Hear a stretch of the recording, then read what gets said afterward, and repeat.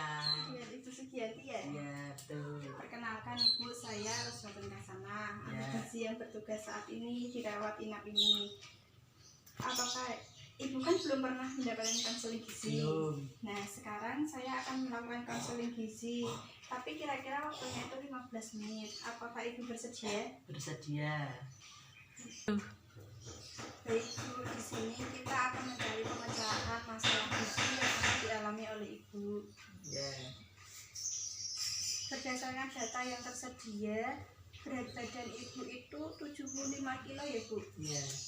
Tinggi badannya 158 cm, usia 40 tahun. Terus tekanan darahnya itu 180/100. Itu termasuk tinggi ya, Bu? Iya. Terus trigliseridnya itu 410 mg. Itu juga tinggi, Bu, karena normalnya itu di bawah 150 mg. Jadi saat di rumah sakit ini nanti Ibu dianjurkan untuk menjalani diet rendah garam. Iya.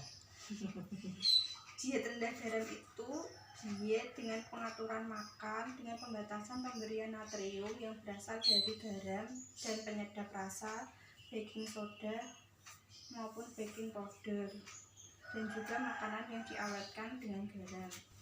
Diet ini itu biasanya diberikan kepada pasien dengan tekanan darah tinggi, penyakit hati maupun gagal ginjal. Jadi pada konseling ini kita akan mendiskusikan perubahan pola makan mengikuti anjuran makanan yang diperbolehkan dan tidak diperbolehkan ya, Bu. Iya. Jadi saya berharap Ibu Sugianti bersedia bekerja sama untuk keberhasilan konseling ini. Ya. Maaf sebelumnya Ibu, untuk kesehariannya di rumah biasanya Ibu mengonsumsi apa saja ya? Biasanya kalau di rumah saya masak nasi, lauk tahu tempe digoreng, sayur bayam, sop, wortel. Itu saya bingung. Kalau boleh tahu Ibu, itu untuk nasinya biasanya seberapa ya, Bu? Nasinya 1 piring, Mbak. Satu piring itu seberapa banyak, Bu? Biasanya ngambilnya pakai apa?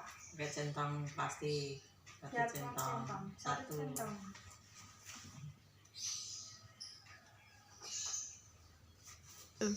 Lumayan banyak ya, Bu. Terus untuk tempe tahunya itu dikonsumsi berapa kali dalam seminggu, Bu? 1 minggu 2 kali, Mbak. Untuk sekali makan berapa potong, Bu? 2 potong. 2 potong tempe tahu. Tempe tahu. 1 potong tempe, 1 potong tahu. 1 potong tempe, 1 potong tahu. Kalau tempenya itu dipotong kecil apa dipotong sedang? Ya kecil, tidak besar dengan itu. Dan berarti 1 potong sedang ya, Bu. Ya. Kalau sambal lerinya itu dikonsumsi berapa banyak, Bu? 1 sendok teh kecil. 1 sendok teh. Itu setiap hari apa? Tiap hari. Wah, lah itu ya, Bu, yang bikin darah tinggi Ibu agak naik terus ya, Bu, karena konsumsi terinya banyak sekali, hampir setiap hari. Ya, Oke. Iya, Bu, tetapi harus memperhatikan kesehatan ya, Bu. Untuk sayurnya itu mengonsumsinya hanya wortel dan bayam saja ya, Bu, tadi bilangnya. Iya. Ya, Mbak.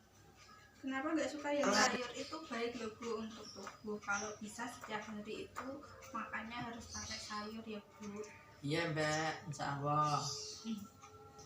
Terus untuk garamnya, kira-kira berapa takaran untuk garam dan masako yang Ibu tambahkan dalam masakan ya, Bu? Kalau garam biasanya untuk sayur 1 sendok makan 1 kali masak. Masakonya?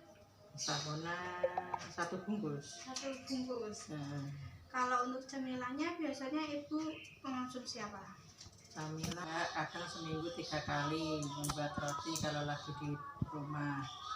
Seperti roti bolu, kue kering, pokoknya roti kue itulah, Mbak. Oh iya, Bu. Untuk keluarga Ibu, apakah ada yang punya riwayat hipertensi, Ibu? Ada, Mbak, ayah saya, tapi sudah meninggal.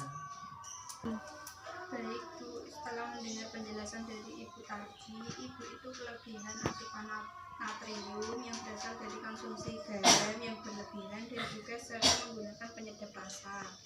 Selain itu, ibu juga sering mengkonsumsi roti atau bolu, itu kan pasti pakai baking soda atau baking powder. Ditambah lagi, ibu memiliki riwayat, ibu punya riwayat hipertensi dari ayahnya ibu. Oleh karena itu tekanan darah ibu tinggi.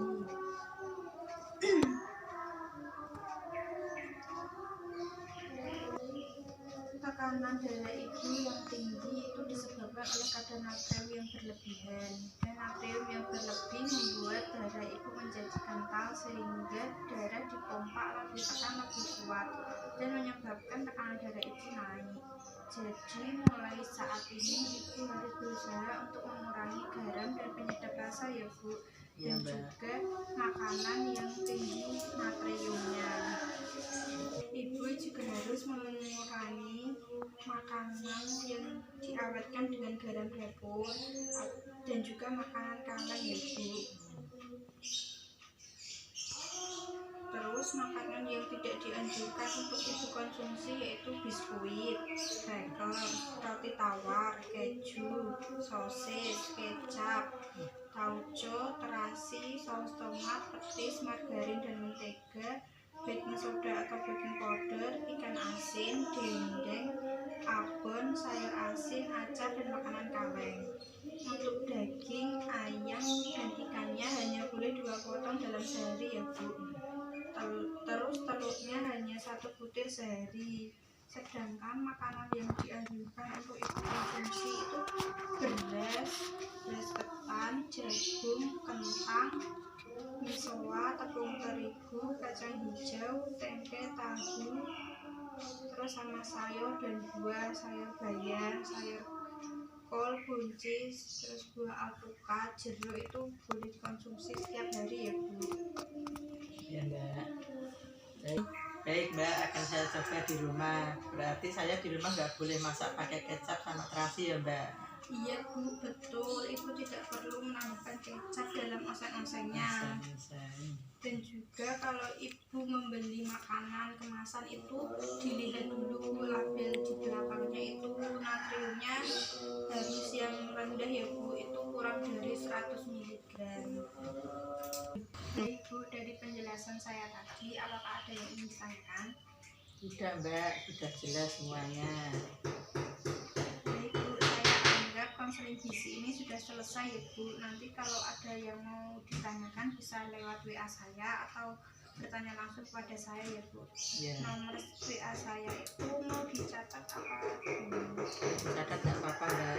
Oh ya, nanti saya ini saya catatkan nomor WA saya ya Bu. Ya.